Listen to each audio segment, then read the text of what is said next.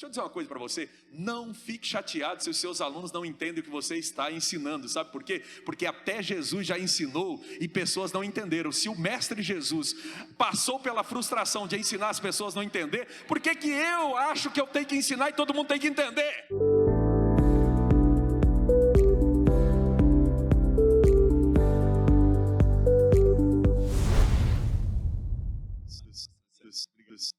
Mas, Senhor, queridos, graças a Deus, estamos mais uma vez aqui na presença do Senhor para estudar a sua palavra. Abra sua Bíblia no livro de Êxodo. Livro de Êxodo, capítulo de número 19.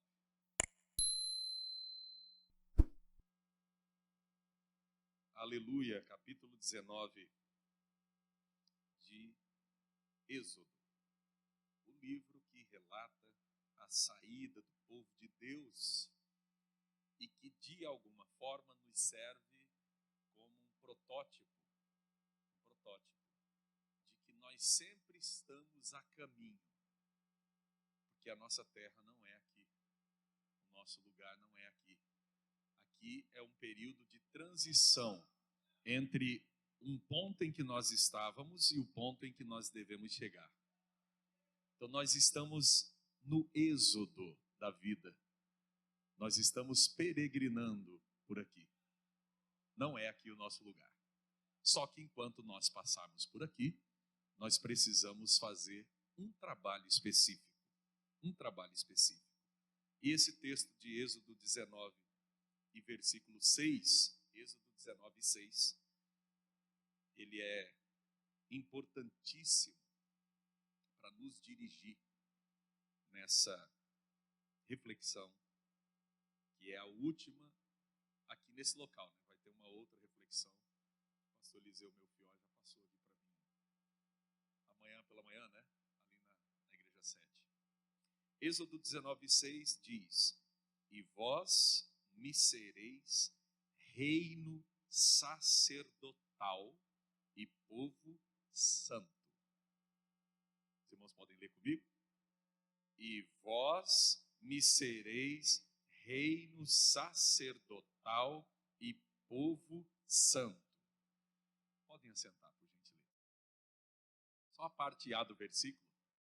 A parte B diz: estas são as palavras que falarás aos filhos de Israel. O Senhor Deus é quem disse essas palavras a Moisés para que ele as transmitisse aos hebreus que haviam acabado de deixar o Egito. Essas foram as palavras que o Senhor Deus deu a Moisés. A nossa reflexão vai caminhar com a Bíblia e com o manual. Então você vai abrir aí, vai ficar com a Bíblia e o manual, viu? Igual o pastor Antônio Gilberto nos ensinava. É Bíblia e manual na mão. Fique com os dois na sua mão. Página 77 do manual. EBD, uma escola pentecostal. EBD, uma escola pentecostal. Esse é o nosso assunto. Dr. Clayton é o nosso comentarista de EBD, tá o Marcelo, o pastor Marcelo Oliveira, que é o chefe de educação cristã da CPAD. Tem mais uns aí, né? Tem o pastor Marcos Tedesco, deve ter mais gente aí. Então, o nosso assunto é EBD. Vocês tenham misericórdia de mim, viu? Eu não entendo nada desse assunto, então eu vou entrar na seara de vocês aí agora, mas, por favor, tenham misericórdia de mim. A escola dominical tem um papel que o pastor Antônio Gilberto nos ensina desde 1974, quando instituiu o curso de aperfeiçoamento para professor de escola dominical, CAPED, e lançou o manual de escola dominical. Quem aqui já leu o manual de escola dominical? Deixa eu ver aqui. Olha aí, grande parte. É um clássico da CPAD, e que ele diz que é uma das definições de escola dominical que ele dá, a escola dominical agência do reino de Deus que evangeliza enquanto ensina. A escola dominical é uma agência do reino de Deus que evangeliza enquanto ensina. Esse é o papel da escola dominical. O papel da escola dominical. Esse é o papel. Então, hoje, nós estamos... Vou pedir permissão para o pastor Sérgio, porque a igreja, ele é o pastor da igreja, então é ele quem tem a responsabilidade de doutrinar os irmãos, não a gente que vem de fora. Mas como nós estamos em família, só um pouquinho, pastor Sérgio, com todo respeito, tá? Só um pouquinho. Hoje a gente faz escola dominical para crente. E o crente vai na escola dominical e ainda faz, pastor Joali, o exercício de criar questões para botar o professor em situação difícil.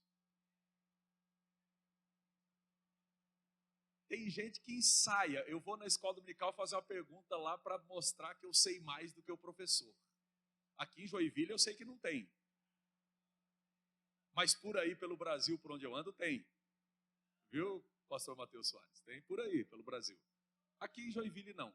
Tem uma nuvem de glória sobre Joinville que ela impede das pessoas serem assim capciosas, maldosas, né? Ardilosas, assim, maquiavélicas. Aqui não tem isso. Mas por aí, pelo Brasil, tem. Tem gente assim. Mas eu sou de um tempo, e eu não sou tão velho, mas eu sou de um tempo, que escola dominical era lugar onde a gente aprendia e saía para evangelizar depois da aula da escola dominical.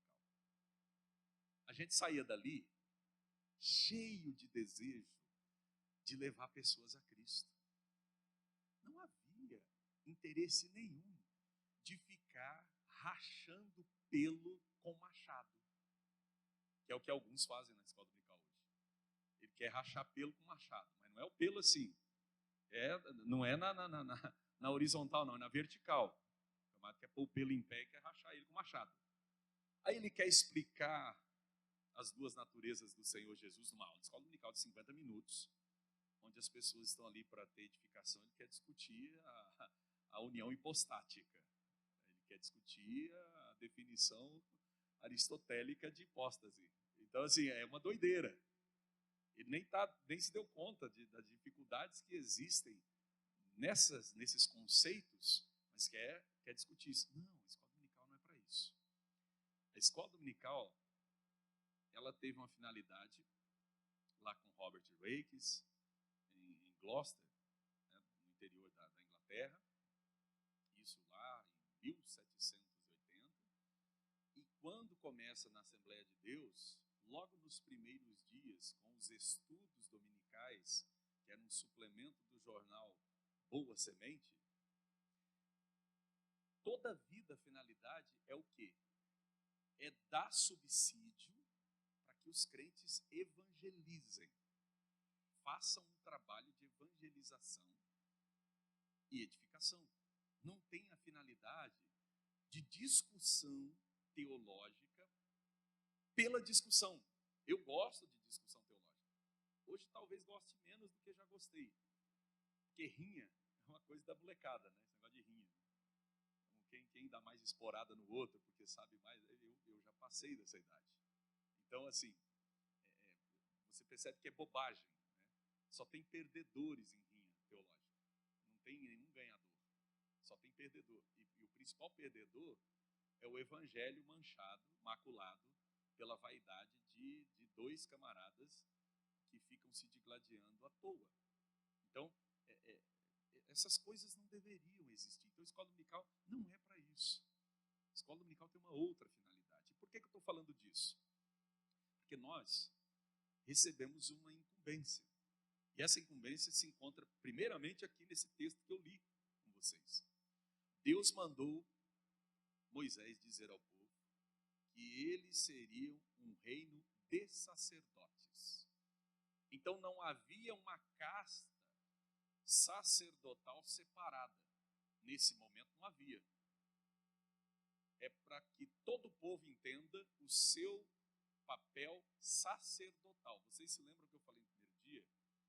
Que Adão e Eva foram colocados como sacerdotes do universo, sacerdotes da criação. Então, quando Adão e Eva pecam e distorcem a natureza do ser humano, o ser humano se torna agora inclinado ao pecado e ao mal, é preciso de alguma maneira que Deus intervenha para equilibrar isso, porque senão os seres humanos se destroem. E Deus equilibra isso com o seu Espírito, enviando o seu Espírito sobre pessoas, para que essas pessoas possam controlar a sua natureza caída e servir ao propósito maior de Deus, de maneira que cure a realidade, de maneira que purifique a realidade, de maneira que restaure a ordem no caos que a gente assiste e vê. Então a função do sacerdote não era uma função de usufruto, é uma função de servir, é uma função de ajudar, é uma função de propiciar. E quando Israel foi chamado como reino sacerdotal, é um reino sacerdotal para cumprir esse papel de sacerdócio para o mundo. Preste atenção, irmãos, para o mundo. Israel foi chamado para ser um reino de sacerdote que pudesse encampar a promessa abraâmica, a aliança abraâmica, de que em Abraão todas as famílias da terra, ou seja, todos os povos da terra fossem benditos, fossem abençoados. É exatamente esse o propósito. O propósito não é um desfrute. O propósito é justamente o contrário. É servir de porta, de abertura, de entrada, de meio propiciatório para que as pessoas possam chegar a Deus. Essa era a função. Só que o povo, infelizmente, não compreendeu, não entendeu, e a lei foi dada justamente para isso, para formar uma cultura específica para o povo de Israel, porque a cultura do povo de Israel era a cultura do Egito. Eles não tinham uma cultura própria. Então, quando a lei foi dada, e foi dada com preceitos em diversas áreas, esses preceitos eram para criar essa cultura diferente. Praticamente uma contracultura. Não era para ser uma subcultura, infelizmente eles se tornaram, porque absorviam os costumes dos povos ao redor. A ideia é servir de luzeiro e de exemplo para os povos ao redor. E eles fracassaram nisso e se tornaram como os povos ao redor que eles foram habitar no meio daquela terra. E só que o plano de Deus, né, que nós podemos chamar de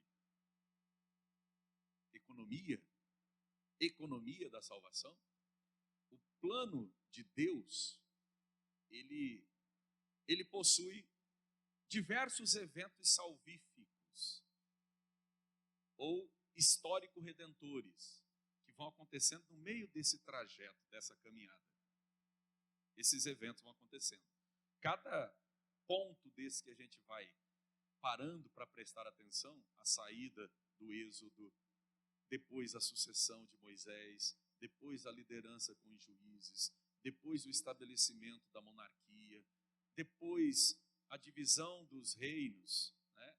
Reino do Sul, Reino do Norte, o Reino do Norte nenhum rei bom, o Reino do Sul alguns reis bons, aí vem o cativeiro de um lado, cativeiro do outro, e os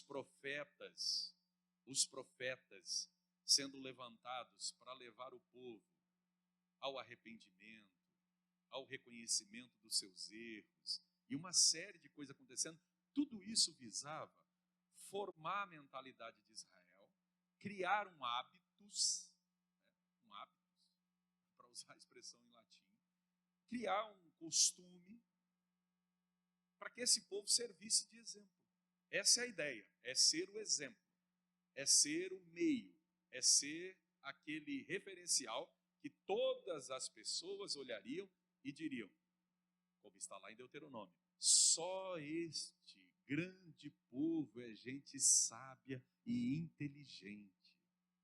Porque que gente há que tenha estatutos e juízos tão justos como este, que o Senhor deu a esse povo? Então a ideia era praticar aqueles costumes, aquelas regras, aqueles preceitos, não para torná-los escravos disso, mas pelo contrário, para servir de uma forma diferente de vida e que as pessoas tivessem o povo de Israel como referência. Só que houve um fracasso. Eles, infelizmente, quiseram ser como as outras nações. Era para ser diferente e eles queriam ser igual. Quiseram ser iguais. E aí fracassa. Só que Deus, nenhum dos seus planos podem ser frustrados. Não pode. Não tem como frustrar os planos de Deus. E Deus reservou o seu plano. E Ele cumpriu o seu plano. E então o que acontece? O Senhor Jesus Cristo, porque é o princípio da eleição e da substituição. Eleição e substituição. Porque eu poderia mostrar para vocês aqui, por exemplo, Amós 9:7. Só para não ficar só nas minhas palavras.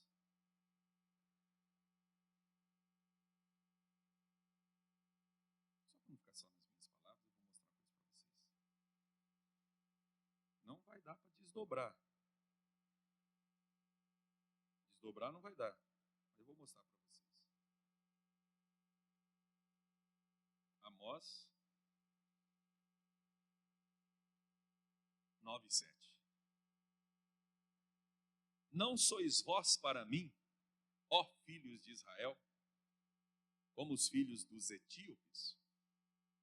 Diz o Senhor. Não fiz eu subir a Israel da terra do Egito, e aos filisteus de Cafitó, e aos sírios de Quir. O que é isso aqui? Isso aqui é o seguinte. É aquele senso de se sentir insubstituível. É um perigo isso aí. É um perigo alguém achar-se insubstituível. E infelizmente o povo de Israel se achou insubstituível. E o que foi que Deus disse? Através do profeta Amós? Não, vocês estão enganados.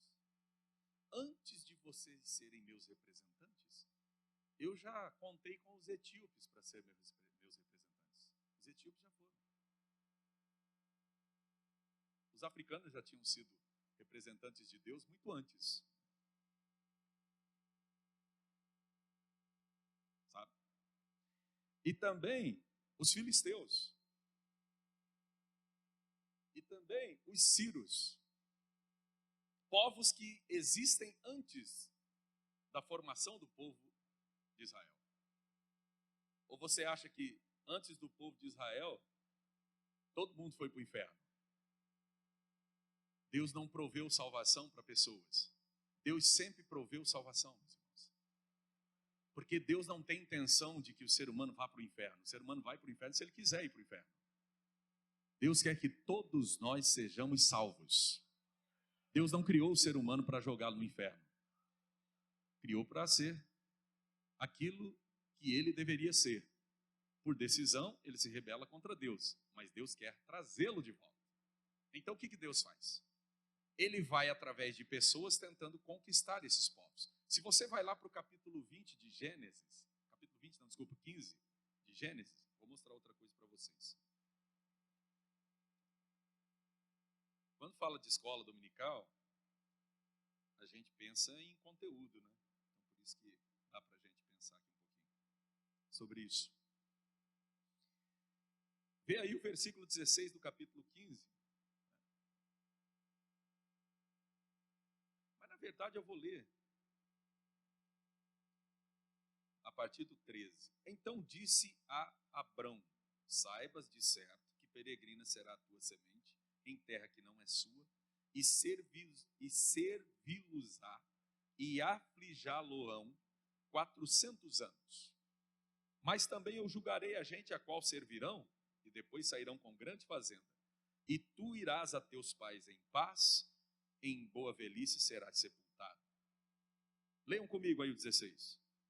E a quarta geração tornará para cá, porque a medida da injustiça dos amorreus não está ainda cheia. Quem eram os representantes de Deus nessa época? Os amorreus. Eu sei, é esquisito, né? Ninguém nunca ouviu isso, né? Mas não é heresia não, tá? É Bíblia, é história. Ah, mas por que a Bíblia não conta a história desses povos? Porque tem os seus cronistas que contaram a história deles. Então sempre Deus contou com representantes, Ele quis fazer dessa forma. Deus poderia descer Ele mesmo do céu, mas Ele quis contar com representantes para poder fazê-lo. Então nesse momento histórico, os amorreus eram os representantes de Deus, mas que estavam abusando dessa representatividade, e Deus falou, eu estou tolerando. A medida ainda não está completa, porque Deus faz isso, irmãos. Ele tolera, Ele vai permitindo, Ele vai deixando, até que transborda. E aí vem o juízo. Então, a medida da injustiça deles ainda não estava cheia. Então Deus falou, estou dando tempo. Como se fosse assim, estou dando linha para pipa. Deixa eles pensar que eu não estou vendo. Deixa eles pensar que eu não estou assistindo. Deixa eles abusarem o quanto eles quiserem, achando que são insubstituíveis. Já já eles serão substituídos por vocês. Então Deus trabalha com o princípio de eleição e substituição. Eleição e substituição. E assim foi. Até que, no ano 5, antes do Senhor Jesus, uma jovem senhora, uma jovem, na verdade, senhora não, uma jovem mesmo, porque ela era solteira, né? Maria estava só noiva. Ela recebeu a visita de um anjo, o anjo Gabriel, anunciando o nascimento do Messias. Ela seria a mãe do Messias. E Jesus nasce, então, né, no ano 5 antes dele mesmo. A gente fica pensando, é um erro do calendário gregoriano, que não contou os anos bissextos. Então, Jesus Cristo, na verdade, nasceu 5 anos antes do que realmente se conta. Então, nós podemos fazer o seguinte exercício, ou nós somos 5 anos mais novos, ou nós somos 5 anos mais velhos. Vocês que preferem. Então, nós não estamos em 2025, nós estamos em 2030. Porque tem 5 anos perdido. Jesus nasce 5 anos antes dele mesmo. Como é que é isso? Nas Bíblias antigamente tinha isso. Lembra que vocês encontravam lá? Quem tem Bíblia antiga aí sabe disso em cima. Assim, 5 antes de Cristo. Mas como que Jesus nasce 5 anos antes dele mesmo? É um erro de contagem de tempo. E o Senhor Jesus nasce e Jesus cumpre em si a promessa que Deus deu a Abrão. E o pastor Natanael abordou isso aqui hoje quando ele disse, corrigindo o erro de muita gente quando cita o texto, porque Deus deu promessa de que a posteridade de Abraão seria essa porta. Não no plural, foi no singular. E estava falando de Jesus. Então Jesus incorpora essa promessa abraâmica e ele é a porta e ele faz com que todos nós sejamos transformados em um só povo. Não existe mais judeus e gentios, só existe povo de Deus. Não existe essa diferença para Deus mais. Ela não existe. Precisa ficar claro isso, a gente precisa entender isso. Paulo trata disso na carta aos Gálatas. Quem lê Gálatas, quem estuda Gálatas, entende o que está sendo dito.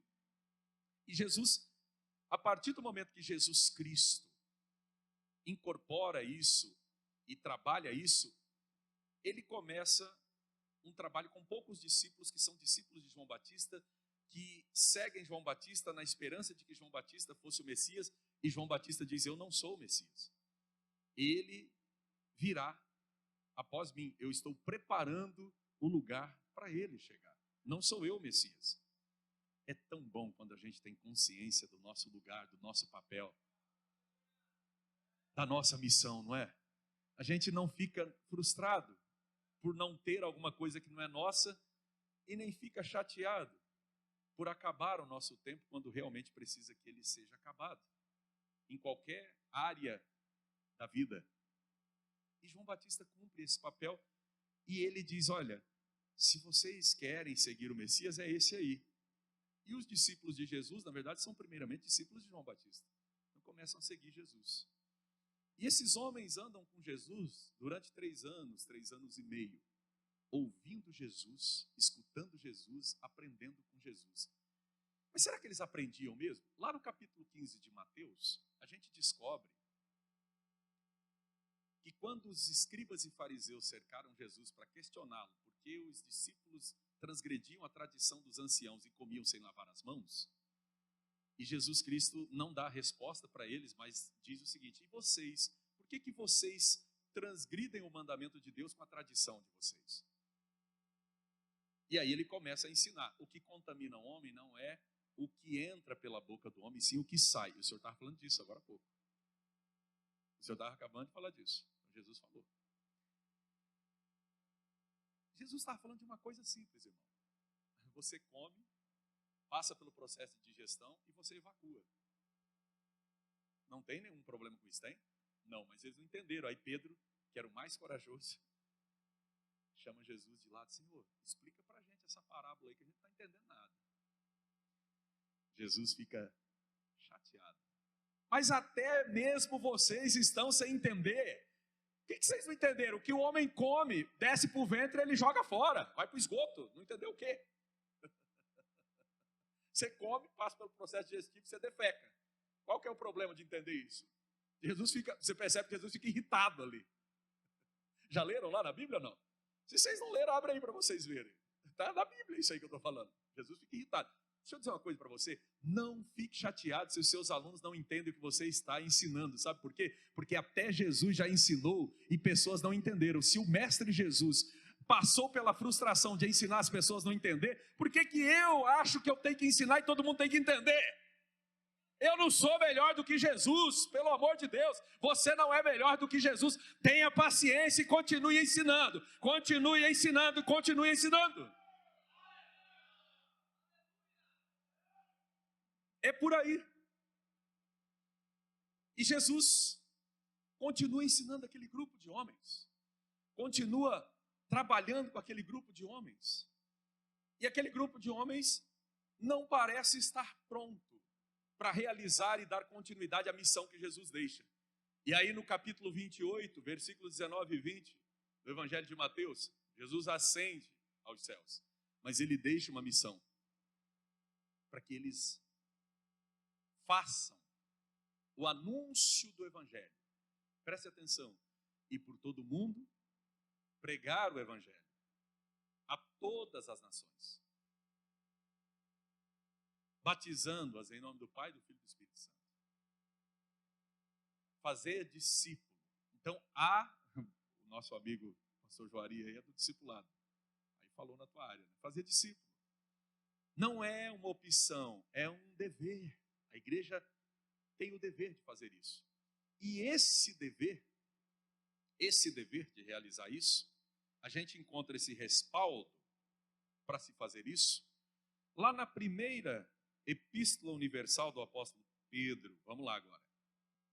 Primeira Epístola Universal do Apóstolo Pedro, capítulo 2, versículos 9 e 10. Vê se isso te lembra alguma coisa. Mas vós sois a geração eleita. Deus trabalha com o princípio da eleição e da substituição. Vamos lá. Vós sois a geração eleita. O sacerdócio real. A nação santa. O povo adquirido, para que anuncieis as virtudes daquele que vos chamou das trevas para a sua maravilhosa luz. Vós que em outro tempo não erais povo, mas agora sois povo de Deus, que não tinhais alcançado misericórdia, mas agora alcançastes misericórdia. Isso aqui lembra o quê? Lembra Êxodo 19, 6, que a gente leu no começo. Vamos lá. É aula, então a gente precisa lembrar. Êxodo 19, 6 fala que o povo de Israel seria um reino sacerdotal e nação santa. Eles falharam. Jesus vem, propicia a condição de todas as pessoas serem salvas, não só judeus, mas também gentios. Então Jesus abre a porta para que seja possível aquilo que Israel não conseguiu cumprir, que era abrir a porta da salvação para as outras nações. Jesus faz isso, ele faz isso. Eu li ontem com vocês, no primeiro capítulo do Evangelho de João. Ele veio para o que era seu, mas os seus não o receberam. Mas a todos quantos o recebeu, ele deu-lhes o poder de serem feitos filhos de Deus. Nós recebemos um poder, o poder de sermos feitos filhos de Deus. Isso é um poder, irmão. Você quer poder? Você já tem esse poder. Você é filho de Deus. Você é filha de Deus. Então isso é algo poderosíssimo. Nós estávamos excluídos e hoje nós estamos incluídos, fazendo parte da família de Deus. Então esse é o propósito original. Só que nós não podemos ficar com isso apenas para a gente. Nós recebemos a incumbência de levar as outras pessoas, pregar o evangelho às outras pessoas, anunciar o evangelho às outras pessoas. E aí o que acontece? Preste bem atenção.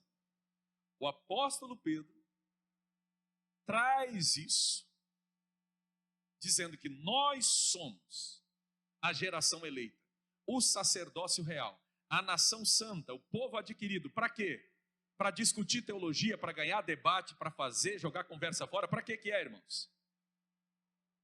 Para anunciar as virtudes, os dons, os presentes, os valores, a graça, aquilo que nós não temos. Sabe por quê? Porque não são as nossas virtudes, não são os nossos valores, não é a nossa denominação, não é a nossa doutrina, é as virtudes daquele que nos chamou, daquele que nos chamou. Então, o César Moisés é um pobre, miserável e desgraçado, mas eu não vim pregar o César Moisés aqui nessa noite, eu vim pregar as virtudes daquele em quem não há defeito, em quem não há pecado, em quem não há trevas, em quem não há mácula, aquele que é santo, santo, santo, poderoso, justo, verdadeiro, amoroso. Deus, Deus, Deus, é a virtude dele que eu vim anunciar, não é a minha.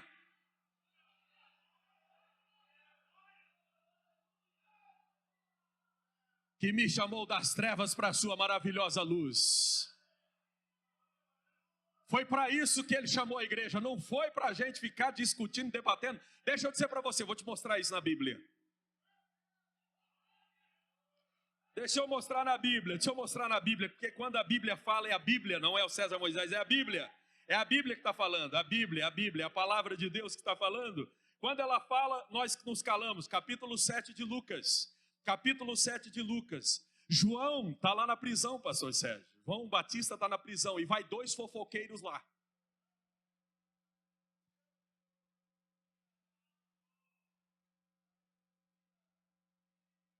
Quem conta isso é o apóstolo João.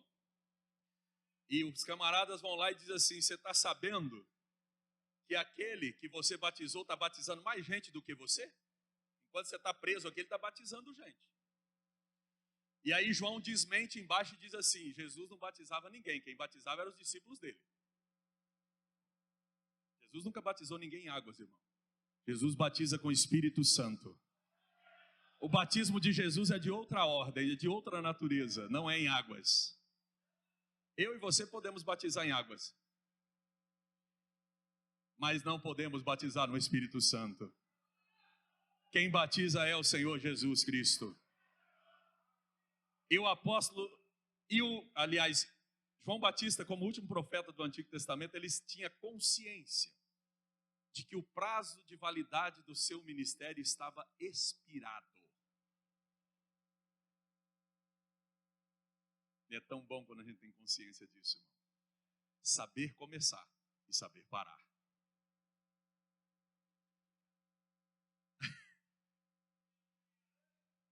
E é o seguinte, João diz assim: vamos fazer o seguinte, eu estou preso aqui, estou condenado, sentenciado à pena capital, posso morrer a qualquer realmente está um pouquinho estranho assim, porque ele é o Messias, e o Messias tinha que libertar o povo de Israel, tinha que promover uma libertação, devolver a soberania política para a gente, tinha que mudar esse quadro. O Império Romano não poderia continuar dominando, isso tinha que mudar. Então façam o seguinte, vão lá e perguntem para ele se é ele que nós deveríamos esperar ou a gente tem que esperar outro. Os caras conseguiram botar dúvida na cabeça do profeta. Tem gente que é pior do que o capeta fica desempregado perto dele. Chama-se pecado de caquia. Não é, Albano? Você que conhece grego, é pecado de caquia, né? De malícia. Você planta a malícia no coração da pessoa. Vai lá no pastor Clayton, rapaz, o César Moisés está mais famoso que você. Aí o Clayton fica com raiva de mim. Só que o Clayton é crente, ele não vai ficar com raiva de mim, claro. Ele é muito mais famoso que eu. Estou brincando, viu, pastor Clayton? Eu gosto de brincar contigo.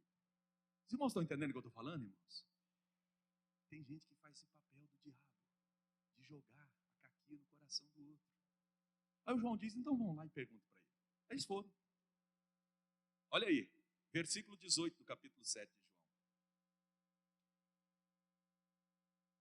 Você pode ir indo ler. Aí no versículo 20. E quando aqueles homens chegaram junto dele, disseram, João Batista. Rapaz, os caras são terríveis, né? Era eles que estavam em dúvida, mas jogaram o nome do outro. Estão vendo aqui? Eles é que estavam em dúvida. E aí alguém pode dizer, mas João Batista tinha profetizado. Presta atenção, irmão. Quando João Batista profetizou sobre Jesus lá na barranca do Rio Jordão, João Batista estava em êxtase. Estava em atividade estática profética. Aqui o João Batista estava, ele por ele mesmo, na prisão. Ele não estava em êxtase profético aqui. Então ele concordou. Vamos lá, então pergunte. Aí eles vão lá.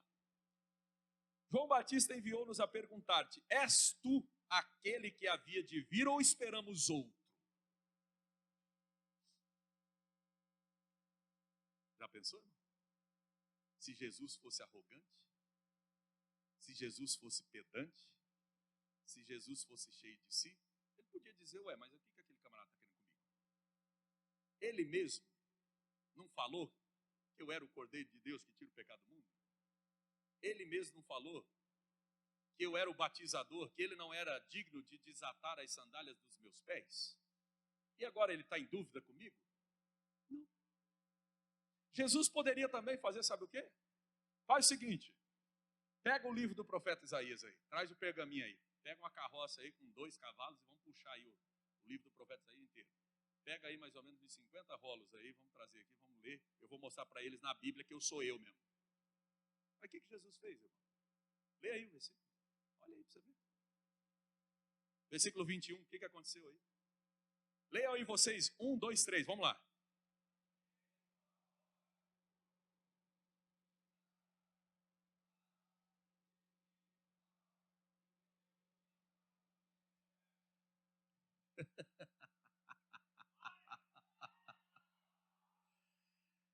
Jesus não tem tempo para perder, irmão, com discussão teológica. Então, a escola dominical não é lugar de discussão, de debate fútil, de ficar discutindo. Vocês estão me entendendo ou não?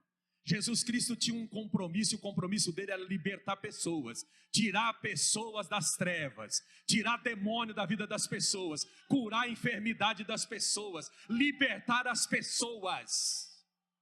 Preste atenção nisso aqui. Eu já estou caminhando para o fim, porque tem o pastor Mateus Soares, eu quero ouvir ele. Tem muito tempo aí ainda ou não? Tem um tempo bom? Graças a Deus, que eu estou querendo falar mesmo. Eu quero ouvir ele, mas eu quero falar o meu também aqui. Desculpa. Então assim, eu quero ouvi-lo, mas eu quero falar. Porque eu preciso entregar isso aqui, tem que entregar o rolo inteiro, não é assim que o pentecostal diz? Entrega o rolo. Vou entregar tudo em nome de Jesus, vou entregar tudo em nome de Jesus. Vou entregar em nome de Jesus, preste bem atenção. Respondendo então Jesus disse-lhes, ide e anunciai a João o que tendes visto e ouvido, os cegos veem, os coxos andam, os leprosos são purificados, os surdos ouvem, os mortos ressuscitam, e aos pobres anuncia-se o evangelho, e bem-aventurado aquele que em mim se não escandalizar.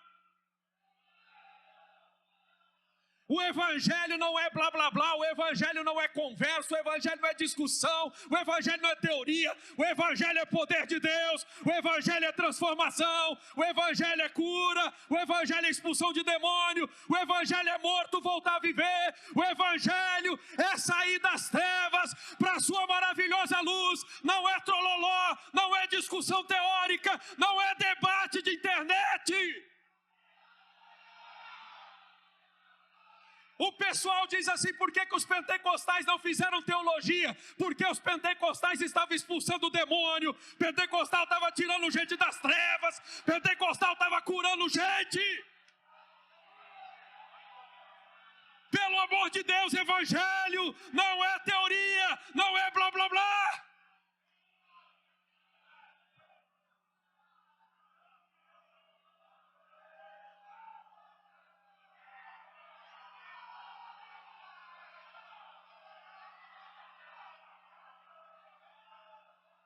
Se Jesus não quis discutir teologia e mostrou obras, o pentecostalismo mostrou obras para esse Brasil.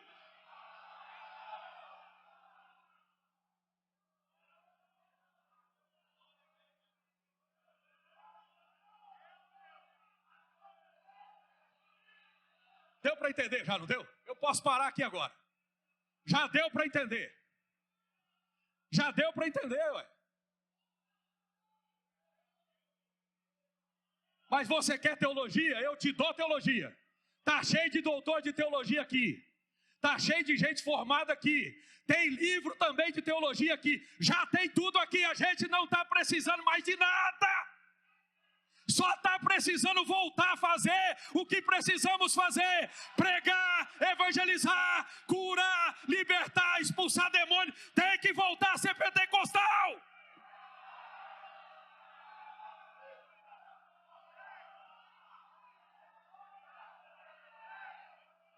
Só está precisando voltar a fazer o que nós fazíamos.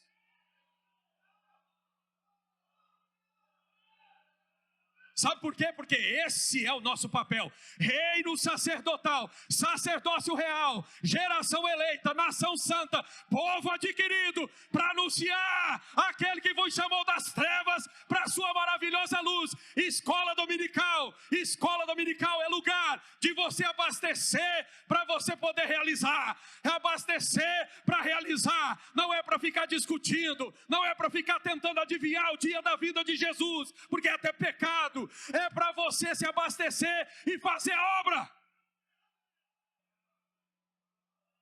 É tão simples de entender, irmãos. É tão simples de entender, irmãos. Mas deixa, peraí. Tem mais. Tem mais.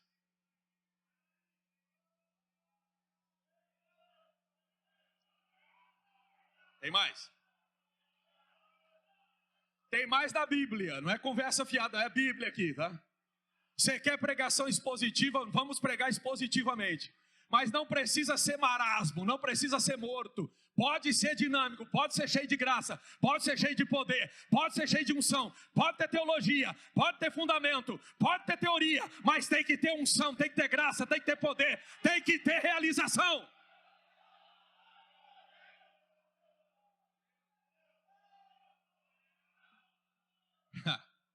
Ele disse: vai lá e falem para João, preguem o evangelho para João. Aqui a expressão é essa, tá? Ide e anunciai a João o que vocês viram e ouviram. Só isso. Jesus não tentou provar que ele era o Messias. Ele só praticou as obras do Messias. Jesus não tentou dar carteirada, ele simplesmente fez o que ele foi chamado para fazer: trazer libertação.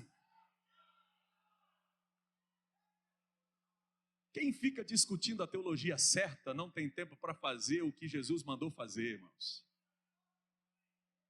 Essa é a questão toda. E eu não estou desprezando, tá? Eu sou professor de teologia, por misericórdia e bondade de Deus, amo a teologia, escrevo livro de teologia e gosto de a fazer o que fez essa igreja se tornar o que ela se tornou. Deixa eu mostrar uma coisa para vocês aqui. Quantos netos de crentes tem aqui? Levanta a mão para eu ver. Olha ali, netos de crente, olha bem, dá um close. Netos. Filhos de crente. A gente não está ganhando mais para ninguém, para Jesus, pastor Sérgio. É todo mundo da própria igreja. É todo mundo nosso, que bênção. Os Noés estão aí, fizeram o trabalho, não ganharam ninguém fora e também não perderam a família. São os Noés, os pregadores que não ganharam ninguém fora, mas não perderam a família. Bênção. Mas e os demais? Será que Joinville não tem vidas para ser salvas? Será que... Quantos mil habitantes tem em Joinville? 650 mil. Deve ter gente aí para ganhar ainda, não tem? Quantos que aceitaram Jesus aqui sem ser filhos de crente e netos de crente? Deixa eu ver. Tem alguma conta aí que não está fechando. A maioria levantou a mão. Claro, filho de crente não é crentinho, precisa ter o seu processo de salvação, precisa passar pela sua experiência, isso é bênção. O que eu estou dizendo é o seguinte, irmãos. O que eu estou dizendo é o seguinte. Nós precisamos continuar realizando a nossa missão. Pedro, eu vou pegar Pedro aqui como exemplo. 3 anos e meio com Jesus. Você sabe o que é andar com Jesus 3 anos e meio ouvindo Ele ensinando? 3 anos e meio ouvindo Jesus ensinando. Eu fico olhando a humildade de Jesus. Jesus, irmão, Rei do Universo, Filho de Deus, humilde. Eu fico olhando a humildade de Jesus. Eu fico olhando o trabalho cooperativo entre a Trindade. É a Trindade econômica, né? Porque a Trindade ontológica a gente não tem acesso a ela. A Trindade econômica é essas obras que se mostram sendo feitas, a gente tem assim uma ideia de que essa é a obra do Pai, essa é a obra do Filho, essa é a obra do Espírito. A gente vê a Trindade aí, chama-se Trindade econômica. Porque a Trindade ontológica é o que Deus é em si, e esse a gente não tem acesso, porque seria como se nós saíssemos ali no sol do meio-dia, e a gente quisesse olhar para o sol durante 5 minutos, o que vai acontecer? Vai ficar cego. Então Deus, você não fita Deus, você não consegue ter acesso ao que Ele é. Mas só as suas obras, ao que Ele faz, ao que Ele se mostra. Então a Trindade econômica, não a Trindade ontológica. E eu fico olhando assim, a cooperação da Trindade. Jesus fez a obra, pregou, evangelizou, ensinou, 3 anos e meio. Sabe o que é 3 anos e meio? E aqueles homens estão com medo ainda no final. Aqueles homens estão titubeando, estão em dúvida. E é o que acontece. Eles se escondem no cenáculo. E Jesus ressurreto se apresenta a eles. E eles se convertem. Capítulo 20 do Evangelho de João. E Jesus sopra sobre eles o Espírito. Alguns teólogos dizem que aquilo ali é o Pentecostes joanino. Mas eu parto de uma outra perspectiva. Para mim ali é o Espírito como iniciação, como conversão. Eles se convertem ali. E a prova disso é que Tomé não estava entre eles no dia que Jesus apareceu a primeira vez para eles. E o Tomé falou, mas vocês viram Jesus? Mas vocês não viram nada. Vocês não viram. Isso é uma alucinação coletiva que vocês tiveram. Vocês tiveram tanto desejo de que ele esteja vivo, que vocês estão vendo visões ou visagens. Se fosse eu, irmão, eu tinha aparecido na mesma hora para mostrar para o Tomé que eu estava vivo. Mas Jesus deixou ele murmurando 8 dias. Jesus deixou ele murmurar 8 dias. Zombar. Tá nada, cadê? Vocês falaram que viram Jesus aí? Que nada. 8 dias depois. Tá tudo fechadinho. Então lá, de repente, paz seja convosco. Tomé, põe o dedo aqui, Tomé. Põe o dedo aqui, Tomé. Você é duvidoso? Você é incrédulo? Porque dúvida a gente pode ter, tá, irmão? Não é pecado ter dúvida. O único ser que não tem dúvida é Deus, porque Ele sabe tudo. Mas eu não, eu posso ter dúvida. Você pode. Você não pode ser incrédulo, porque o incrédulo não é alguém que tem dúvida, é alguém que tem certeza. Certeza da sua incredulidade, certeza de que ele não acredita. E quem tem dúvida é diferente de quem é incrédulo. O pecado é ser incrédulo, não ter dúvida. Dúvida é coisa boa, é início de conhecimento, é você ter dúvida. Sincera, verdadeira. Não dúvida capciosa, mas dúvida de verdade. Põe a mão aqui, Tomé. E ele tem que pôr a mão ali nos cravos, onde foi feito os furos, e do lado de Jesus. Imagine se ele fosse alguém que tem medo de sangue, tem medo de ferida, essas coisas, tinha caído lá, né? Ah, Senhor meu e Deus meu, se converteu na hora. Ah, você está crendo porque você está me vendo, Tomé? Você está crendo porque você está me vendo? Tomé, mais bem-aventurados são os joinvilenses, Tomé, que não viram e creram. Não viram e creram. Mais bem-aventurados são os habitantes de Joinville, que não viram e creram, Tomé. Você está me vendo e está crendo, isso aí qualquer um consegue fazer. Eu quero ver os que não viram e assim creem. É quem não viu e creu, porque fé é isso, é não ver e acreditar, é não ver e continuar confiando, é não ver e dizer, eu acredito. Isso é fé. Se você quer prova, então você não tem fé. E se você obter a prova, então não é mais fé, é prova. E aí o Senhor diz, ficai em Jerusalém, até que do alto vocês vão ser revestidos de poder. E então vocês serão minhas testemunhas. Primeiramente em Jerusalém, em toda a Judéia, em Samaria e até os confins da terra, chegando lá em Santa Catarina, lá em Joinville, onde pessoas ouvirão a minha palavra e serão salvas. Mas primeiro vocês fiquem lá em Jerusalém, até que do alto vocês sejam revestidos de poder. Eu fico pensando, Jesus já tinha completado a obra do Calvário, Jesus já tinha vivido 33 anos entre eles, tinha ensinado por 3 anos e meio. Ele poderia dizer, mas vem cá, eu sou Deus, eu sou um Deus menor, eu sou um Deus inferior a você, Espírito Santo. Por que eles precisam de alguma coisa de você? Eu já fiz tudo, eu já fui lá, já morri, já dei a minha vida, já fiz tudo. Não tem. Não, mas humilde. Eu fiz o meu papel, agora é o papel do Espírito Santo. É papel do Espírito Santo agora. É o seguinte, eu fiz a obra, eu fiz a expiação dos pecados, eu substituí todos eles, eu morri em lugar e em favor de todos. Só que agora tem um revestimento de poder. Não sou eu que faço isso, eu batizo, mas eu batizo com ele. Primeiramente, as pessoas são inseridas por ele no meu corpo. Agora, essas pessoas que estão inseridas no meu corpo, eu devolvo elas para o corpo dele, para enchê-las de poder.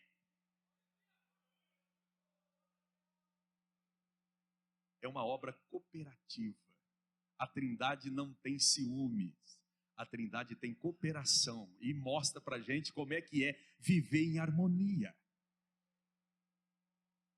E aí os discípulos estão lá orando no cenáculo 10 dias. E de repente veio do céu um som como de um vento veemente. Não veio um vento, veio um som como de um vento veemente e impetuoso, que encheu a casa onde eles estavam reunidos. E foram vistas línguas repartidas como que de fogo, que pousaram sobre cada um deles. E eles começaram a falar em línguas. E esse ato, esse fenômeno, foi o fenômeno que os habilitou a serem enviados para fazer a mesma obra que o Senhor Jesus Cristo fazia. Este ato é um ato necessário. Agora deixa eu dizer uma coisa para vocês. A palavra testemunha, lá de Atos, capítulo 1 e versículo 8, é uma expressão muito importante. Porque tem gente que pensa, e Emílio Conde escreve isso no seu opúsculo, se falava assim, né? Hoje em dia é pocket, livro de bolso, que a CPD lançou na década de 70, Igrejas Sem Brilho. Se alguém um dia encontrar num sebo, pague quanto for de dinheiro, que vale cada centavo. Igrejas sem brilho. Emílio Conte escreve naquele livro que esse poder não forma pessoas autoritárias, forma pessoas servidoras. Não é um poder que engrandece a pessoa, é um poder que engrandece o nome de Jesus Cristo. Você não recebe poder para dominar ninguém, você recebe poder para servir, para ser sacerdote, para fazer o papel que o apóstolo Pedro disse. Então preste atenção, preste bem atenção numa coisa. A expressão testemunha é mártir. Preste atenção. O apóstolo Pedro negou Jesus para a criada do sumo sacerdote, para a empregada, para a escrava do sumo sacerdote. Ela olhou para ele lá à beira da fogueira e falou: você é um deles. Não, não sou. Você é um deles. Não sou, eu não conheço esse homem. Eu não tenho nada com esse homem. Negou. Negou qualquer relação com Jesus. Esse Pedro tinha medo. E eu teria também. E você também. Só que o Senhor Jesus Cristo disse que esse poder que viria do alto daria condição para que eles fossem mártires. E aí, para finalizar, vamos para Atos capítulo 4. Atos capítulo 4.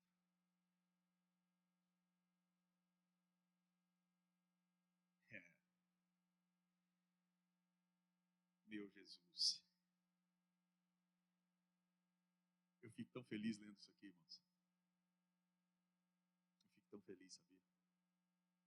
Eu poderia mostrar para vocês lá em Romanos, capítulo 11, que o apóstolo Paulo avisa que nós somos oliveira brava, zambujeiro bravo, que fomos enxertados na oliveira. Mas preste atenção, irmãos. A oliveira lá não é Israel. A oliveira lá é Jesus.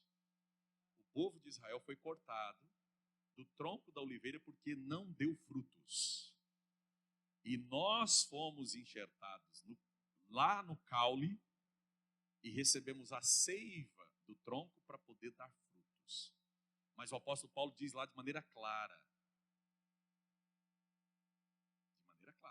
Se Deus não poupou os ramos originais, não te ensoberbeças, porque Ele não poupará a ti. Ele continua trabalhando com o princípio de eleição e substituição. Então não nos arroguemos como insubstituíveis, porque se nós abusarmos, podemos ser substituídos. Sim, senhor, está lá na Bíblia. Não sou eu que estou dizendo, não. Capítulo 11 de Romanos, pode lá ler. Na hora que você puder em casa, mas agora não, a gente não vai ler por causa do tempo. Eu quero ouvir o pastor Mateus. Vamos lá. Eu quero só finalizar com vocês aqui no capítulo 4 de Atos. Depois que Pedro e João efetuam a cura do paralítico que estava na porta do templo, a porta chamada Formosa, com uma coisa horrível na entrada. Um paralítico que fica lá anos e anos pedindo esmolas. O culto está acontecendo lá dentro, a religiosidade está acontecendo, mas não acontece nada com o paralítico que está ali. Mas aí vem 2 discípulos de Jesus que já tinham passado pelo Pentecostes. Não era mais os 2 pescadores simples. Simples pescadores de peixes, eram pescadores de homens. Pescadores de homens, empoderados pelo Espírito Santo de Deus no cenáculo. E eles vêm andando. E aí o homem diz para eles: nos dá uma esmola. E eles pedem: olha para a gente. O homem olha: nós não temos prata e não temos ouro, mas o que temos nós te damos. Em nome de Jesus Cristo Nazareno, levanta e anda. Rapaz, eu vou até abrir o paletó aqui agora. Sabe por que eu vou abrir o paletó? Porque é o seguinte, irmãos. Sabe o que é? É isso aqui, ó. É isso aqui. Eu queria que vocês vissem o seguinte. Volta só uma página aí da Bíblia. Versículos 7 e 8. E tomando-o pela mão direita, o levantou, e logo os seus pés e tornozelos se firmaram.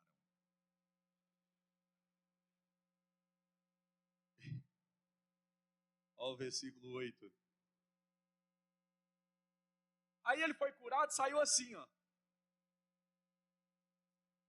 Estou curado, estou consciente, culto racional.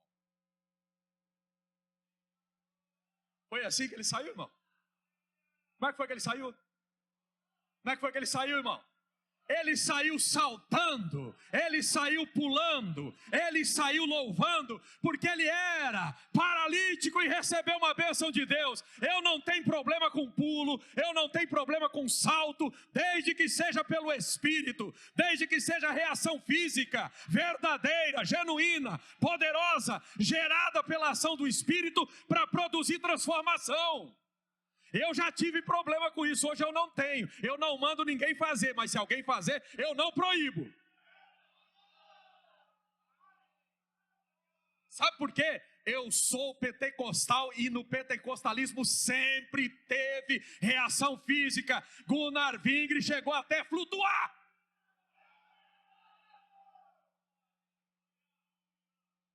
Por que ele flutuou? Deixa eu te fazer outra pergunta. Eu vou responder essa pergunta para você quando você me responder essa agora. Se só tem vida aqui na Terra, por que Deus fez milhares de galáxias? Se só tem vida aqui, para que esse monte de coisa que tem por aí? Não sabe, né? Eu também não sei porque ele levitou. Não sei porque alguém pula.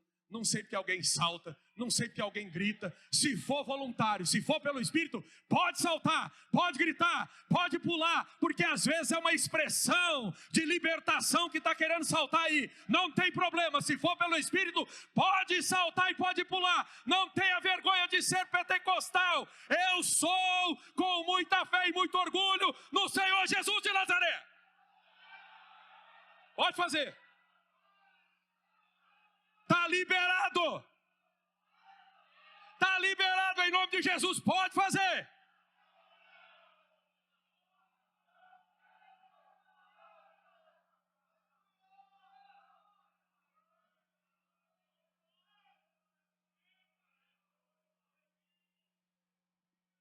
Já pensou, irmão?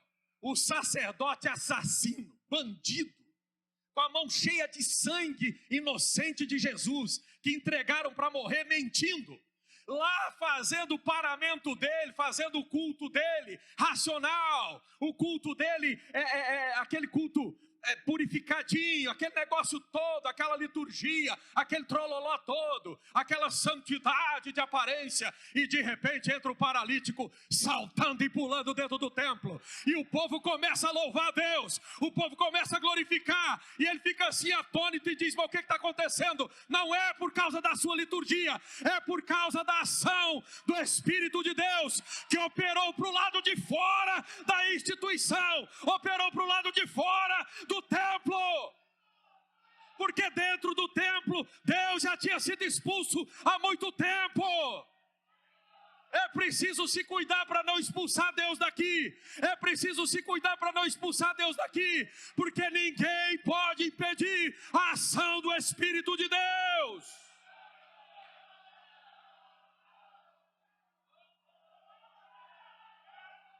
Se expulsar daqui, ele manifesta lá fora, ele manifesta na rua, ele manifesta nas vielas, ele manifesta onde ele quiser.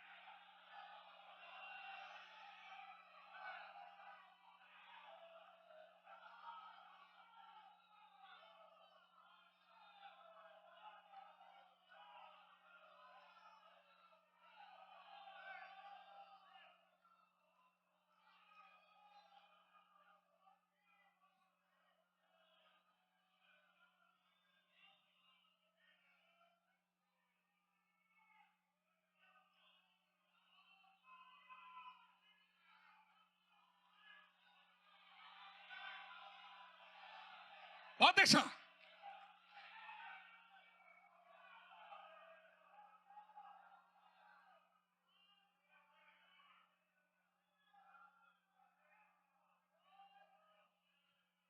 Mas eu vou finalizar.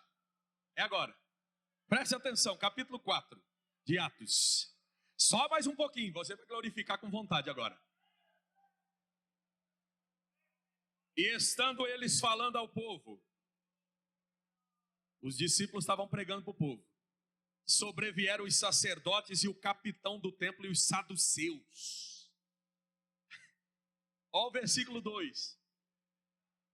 Doendo-se muito, se mordendo de inveja. Ai, ai, ai. Doendo-se muito de que ensinasse o povo e anunciasse em Jesus a ressurreição dos mortos. Lançaram a mão, pega esses camaradas aí, nós vamos dar um cacete neles. Nós vamos esfregar esses camaradas no chão. Mas esse Pedro aqui era outro. Não era o Pedro do Getsemane com a espada. Não era o Pedro da covardia lá da fogueira. Era o Pedro cheio do Espírito. Era o Pedro que tinha falado em línguas. Era o Pedro que tinha sido batizado no Espírito Santo. Era o Pedro que recebeu o poder que veio lá do alto. Esse Pedro aqui estava pronto para ser mártir, para morrer. Ele não estava nem aí com a sua vida mais.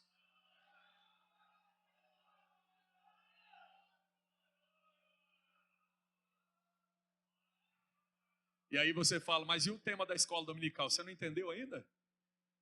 Andou 3 anos e meio com Jesus, meu filho. Você quer escola dominical melhor que essa? É melhor do que escola dominical, é melhor do que graduação, é melhor do que pós-graduação, lato e estrito senso. Você quer o quê? 3 anos e meio andando com Jesus? O que esses homens não ouviram? Mas só que os 3 anos e meio andando com Jesus não eram suficientes para lhes dar coragem. É preciso batismo no Espírito Santo, sim. Para com essa conversa fiada de que não tem que pregar batismo do Espírito Santo. Tem que pregar batismo do Espírito Santo, sim. Tem que falar em línguas estranhas, sim. Tem que ser pentecostal, sim. Tem que ter poder de Deus, porque sem Ele não conseguimos fazer nada.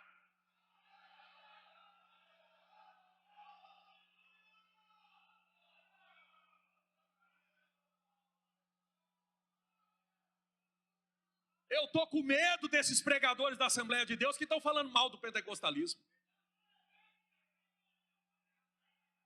Os camaradas vão fazer nas instituições por aí reformadas, sensacionistas, aí vem para cá com papo. Ordem do culto, ordem de quem, cabeça de bagre? Pelo amor de Deus, quem foi que te disse que ordem de culto é culto europeu? Ordem de culto é culto regido pelo Espírito Santo de Deus. Lê Paulo, quando ele diz que tem revelação, tem línguas, tem profecia, tem tudo. Vai ler Bíblia, meu Deus do céu.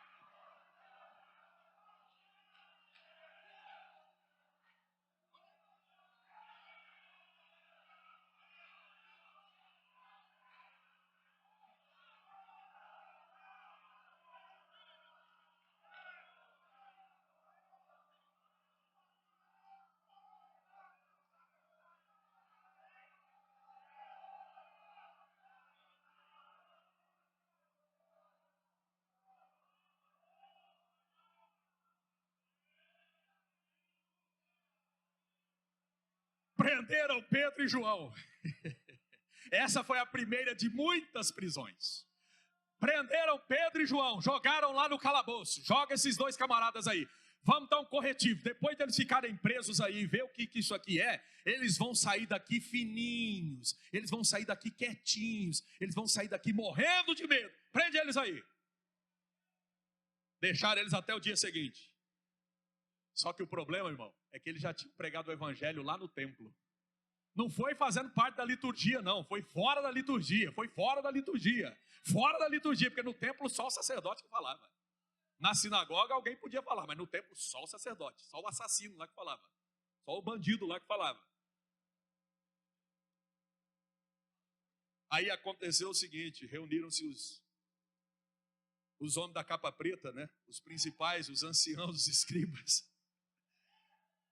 E Anás, o sumo sacerdote, Caifás e João e Alexandre, e todos quanto havia da linhagem do sumo sacerdote, e pondo-se no meio, perguntaram: com que poder e em nome de quem vocês fizeram isto?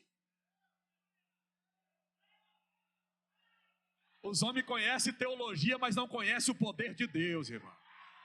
Está na Bíblia, está na Bíblia. Lê aí para você ver. Mateus 22 e 29. Mateus 22 e 29. Errais, não conhecendo as Escrituras, nem o poder de Deus. São duas fontes de conhecimento de Deus: as Escrituras e o poder de Deus. As Escrituras e o poder de Deus. As Escrituras e o poder de Deus. Escribas, saduceus, fariseus, sacerdotes eram homens versados em Bíblia, mas não conheciam o poder de Deus.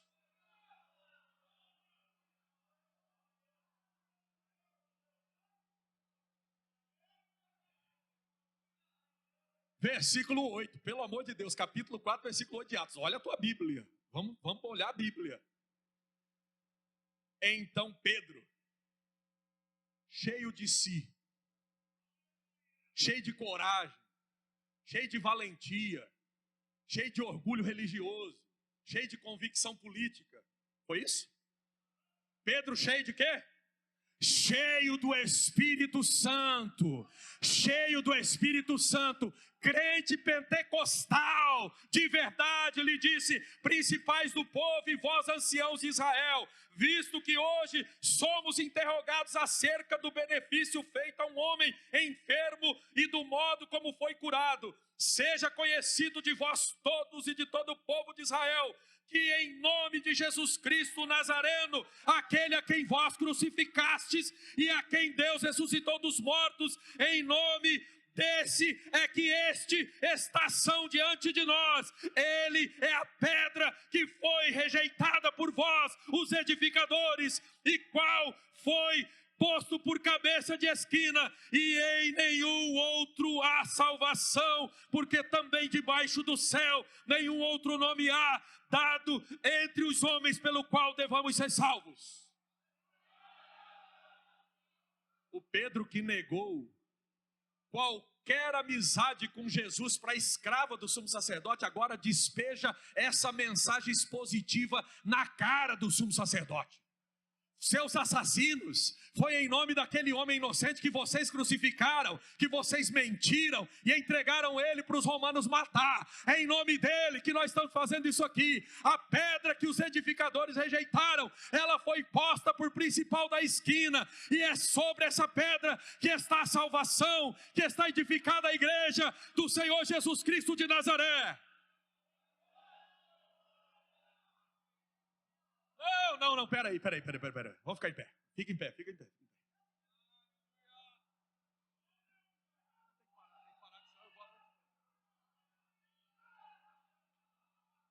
eu não parar, eu vou a noite toda.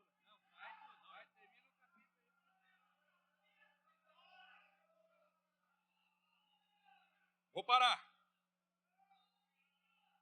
Versículo 13, olha o versículo 13. Os meus companheiros teólogos pentecostais aqui vão gostar. Versículo 13. A gente lembra da história do pentecostalismo nisso aqui. Porque isso aqui não são pagãos, não. São todos teólogos questionando Pedro e João, que não são teólogos. Olha isso.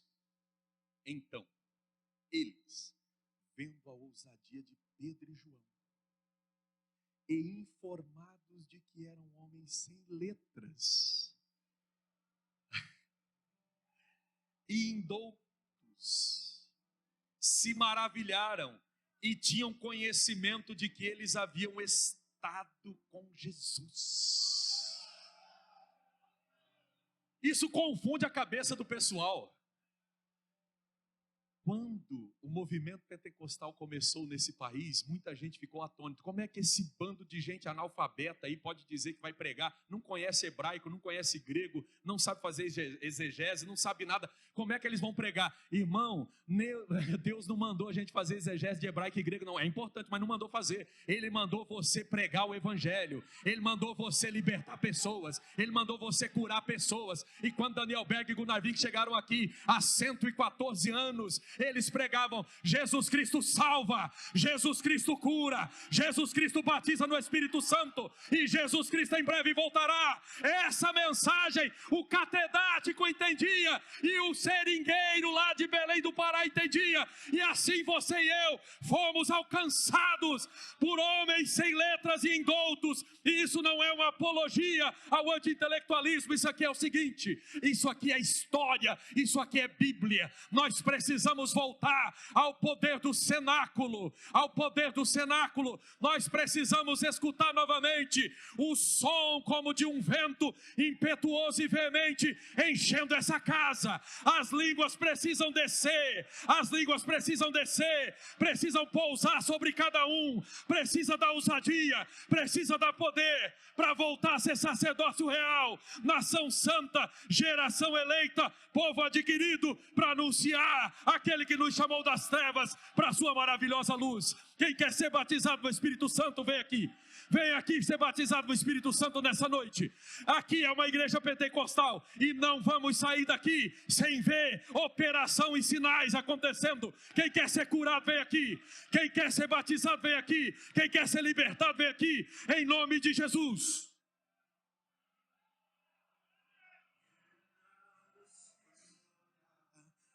Ficou de um homem que no templo gritava. Aleluia, aleluia, aleluia. Vai glorificando o nome do Senhor. Vai glorificando o nome do Senhor. Pode ser nessa noite que Jesus vai te batizar no Espírito Santo. Pode ser nessa noite que Jesus vai te batizar no Espírito Santo. Pode ser nessa noite que Jesus vai te batizar no Espírito Santo. Pode ser nessa noite que Jesus vai mudar aquele diagnóstico. É hoje que Jesus vai mudar aquela situação, vai resolver aquele problema, vai curar aquela enfermidade, vai restaurar aquela família. É hoje que Jesus Cristo está passando para realizar o milagre e transformar a sua história. Oh, aleluia. As irmãs do ciclo de oração e irmãos cheios do Espírito Santo, vem nos ajudar aqui impondo as mãos e orando. Vem nos ajudar aqui impondo as mãos e orando. Nós vamos ver Jesus batizar aqui. Nós vamos ver Jesus batizar aqui. Nós vamos ver pessoas saírem curadas aqui. Pode ir orando, pode ir orando, pode ir orando, pode ir orando, pode ir orando, pode ir orando. Em nome de Jesus Cristo, em nome do Senhor Jesus, em nome do Senhor Jesus, em nome do Senhor Jesus Cristo de Nazaré, em nome do Senhor Jesus, vai orando, vai pondo a mão, Jesus vai fazer, Jesus vai fazer, Jesus vai fazer, Jesus vai fazer. Receba o batismo no Espírito Santo, receba o poder do Espírito de Deus, receba o poder do Espírito de Deus, em nome de Jesus. Em nome do Senhor Jesus Cristo de Nazaré, em nome do Senhor Jesus Cristo de Nazaré, vai recebendo poder, vai recebendo poder, vai recebendo poder, vai recebendo poder, vai recebendo poder. Abra sua boca e fala em línguas em nome de Jesus. Abra sua boca e fala em línguas em nome de Jesus. Abra sua boca e fala em línguas em nome de Jesus. Seja cheio, seja cheia, seja cheio, seja cheia, seja cheio, seja cheia, seja cheio, seja cheia, em nome do Senhor Jesus, em nome do Senhor Jesus, em nome do Senhor Jesus, em nome do Senhor Jesus. Receba o batismo do Espírito Santo, receba o poder do Espírito de Deus, receba o poder do Espírito de Deus, receba o poder do Espírito Santo, receba o poder do Espírito de Deus, em nome de Jesus, em nome de Jesus, em nome de Jesus, em nome de Jesus, em nome de Jesus, em nome de Jesus. Fala em línguas, fala em línguas, fala em línguas, fala em línguas, fala em línguas, fala em línguas. Receba o poder do Espírito de Deus, receba o poder do Espírito do Espírito do Senhor.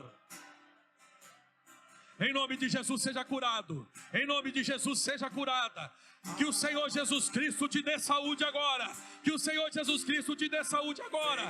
Que o Senhor Jesus Cristo te liberte da opressão maligna agora. Em nome de Jesus. Toda opressão maligna, nós repreendemos. Nós repreendemos. Nós repreendemos. Em nome de Jesus. Em nome de Jesus. Em nome de Jesus. Em nome de Jesus.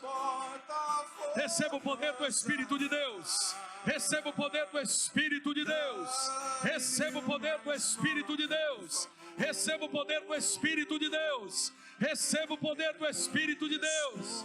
Receba o poder do Espírito do Senhor. Receba o poder do Espírito Santo de Deus. Receba agora o poder do Espírito Santo. Receba o poder do Espírito Santo. Fala em línguas estranhas. Fala em línguas estranhas. Fala em línguas estranhas. Fala em línguas estranhas. Fala em línguas estranhas. Fala em línguas estranhas. Em nome de Jesus. Em nome de Jesus. Em nome de Jesus. Confirme. Confirme os batismos. Confirme os batismos do Espírito Santo. Confirme os batismos do Espírito Santo. Em nome de Jesus. Em nome de Jesus. Em nome de Jesus. Ali, em nome de Jesus. Jesus está batizando ali. Jesus está batizando ali. Confirme aqui em nome de Jesus. Confirme em nome de Jesus. Ali, ó. Em nome de Jesus. Em nome de Jesus. Em nome do Senhor Jesus Cristo. Em nome, confirme o batismo no Espírito Santo em nome de Jesus. Em nome de Jesus. Em nome de Jesus. Em nome de Jesus.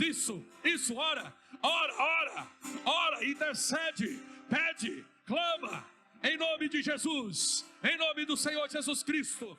Vai batizando no teu Espírito, Jesus. Vai batizando no teu Espírito, Jesus. Vai batizando no teu Espírito, Jesus. Vai derramando do teu poder. Vai derramando da tua glória. Vai derramando da tua unção. Vai derramando do teu poder. Em nome de Jesus. Em nome de Jesus. Em nome de Jesus. Em nome de Jesus. Em nome de Jesus. Em nome de Jesus. Em nome de Jesus.